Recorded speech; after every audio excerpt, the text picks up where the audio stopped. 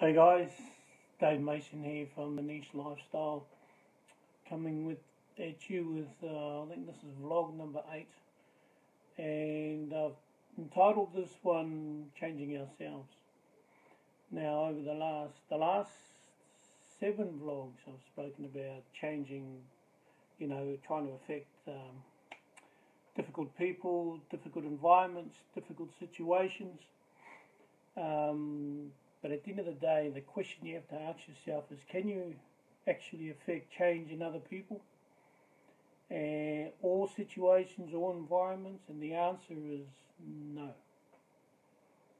The thing that changes, for example, these vlogs and this information, all this data that I'm giving to you is to basically help you change yourself to affect change on other people.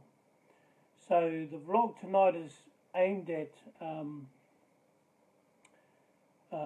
everybody, and it's about effectively changing ourselves to be better communicators, better leaders in the stuff that we do day to day. So I want to talk about self-awareness, I want to talk about self-management, I want to talk about self-control. More importantly, I want to show you guys a tool. And even over the next 6 or 7 weeks, I want to deliver a tool a week that's going to help you guys improve your situations by improving yourselves. Management tools. And I hope that makes sense. So, before I do all that, though, I'm going to tell you a story. Vlog number 6, I spoke about a guy that, one of my leadership guys that I made go to the 13 members of our team and get feedback from them. And if you remember correctly, if you actually watched the vlog, he only did 5 out of the 13 people. And the feedback was pretty blunt. Well, that tool and that information wasn't plucked out of the air. That scenario was actually used on me, and that's the story I'm about to tell you now. And it'll give you an idea, once I tell you the story, about the effectiveness of tools, the impact you have, the influence you have, and the control you have on your environment and the things that are around you. So, about 15 years ago, I was not in a good space. I actually ended up, long story short, going to see a counsellor to help me deal with my behaviour and the way I was acting up. And long story short, that counsellor and I found the triggers, found the answers, but it didn't end there, because finding the triggers to your behaviour, especially if it's not good, is the first step. The second step is about taking measurements and steps to change your behaviour. So what this counsellor did was she asked me to go out and find 5 people that I may have wronged, upset, basically pissed off, and get them to give me some feedback. Now,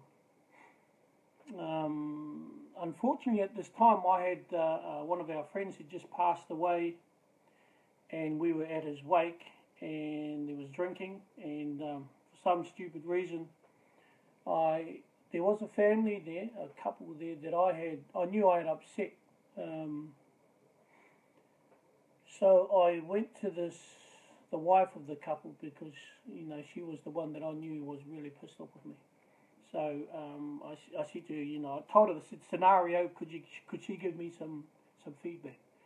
Long story short, she said, "Oh, so you want me to give you feedback?" And she wanted a bit of Dutch courage.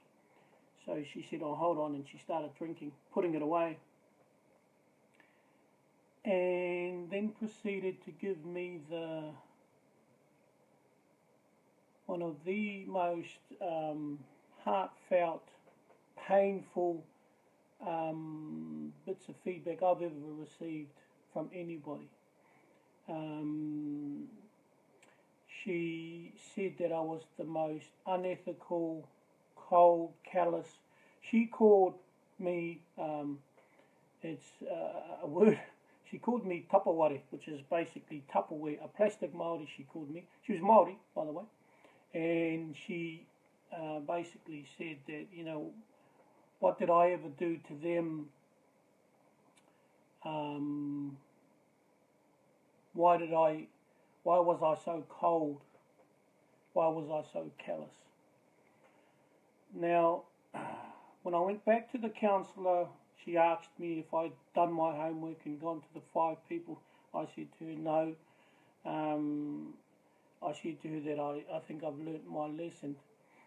The reason why I'm saying that is I realised by the feedback that I got from this woman, even if she was pissed, the impact, the effect, the control that my behaviour has had on people. And it was pivotal to me making changes to the way I deal with people now. Because it was a painful listen.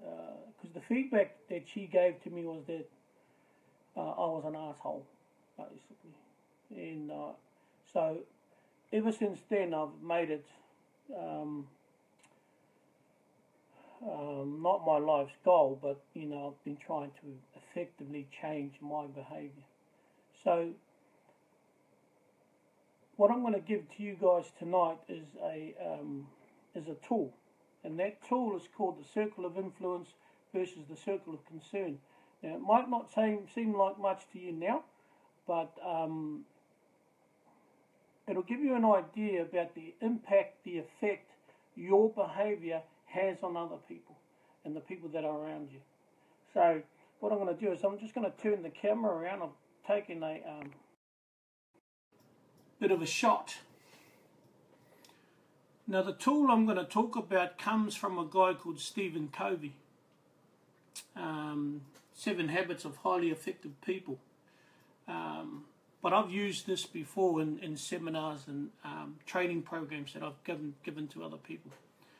Now, if you look at the blue area, it's called the circle of influence. The circle of influence is effective change, walking your talk, owning your mistakes, direct influence on your personal actions so that it affects other people. Unfortunately, the circle of concern that you see here is where we tend to spend a lot of our time.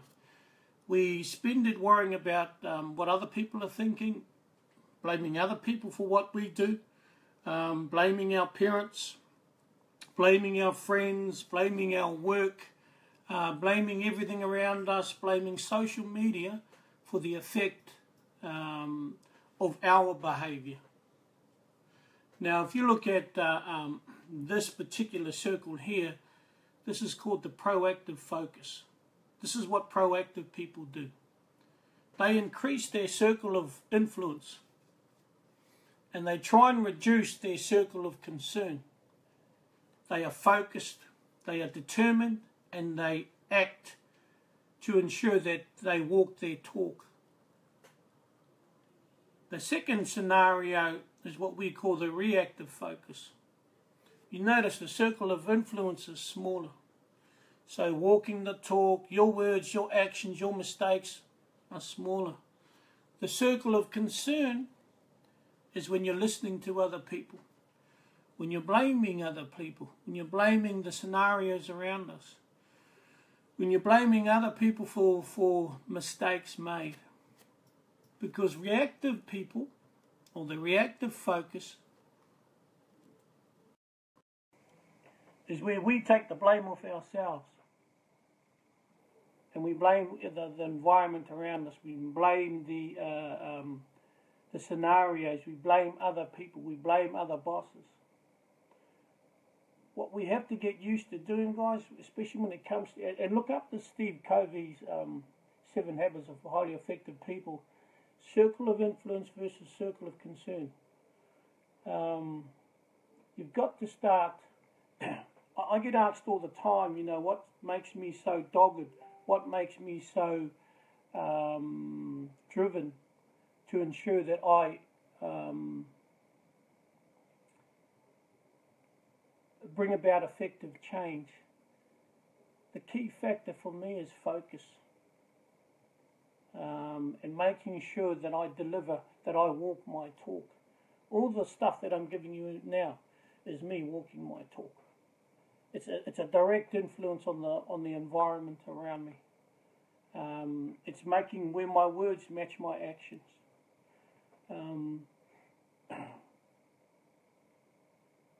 I read somewhere where a person was asked, if I suppose the question could be asked of anyone, including yourself, if you were hit by a bus tomorrow, what would your legacy be?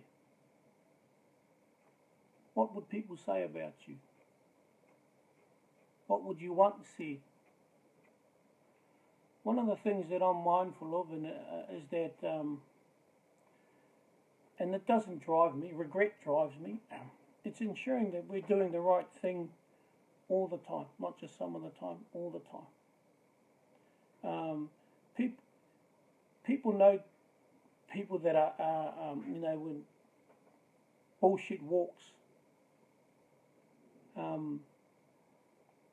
The important thing here with circles of concern versus circle of influence is that you've got to be in the circle of influence all the time. All the time, 100% of the time. And not worry too much about what other people are saying. That's vlog 8 for tonight. I know it's a bit haphazard, and I have decided to wing it tonight because it's a bit late and I'm bloody tired. And I know I didn't do one last week, but I hope that makes sense. And actually I might do another one tomorrow just to make up for it. So Dave Mason from the Niche Lifestyle, signing off. Catch ya.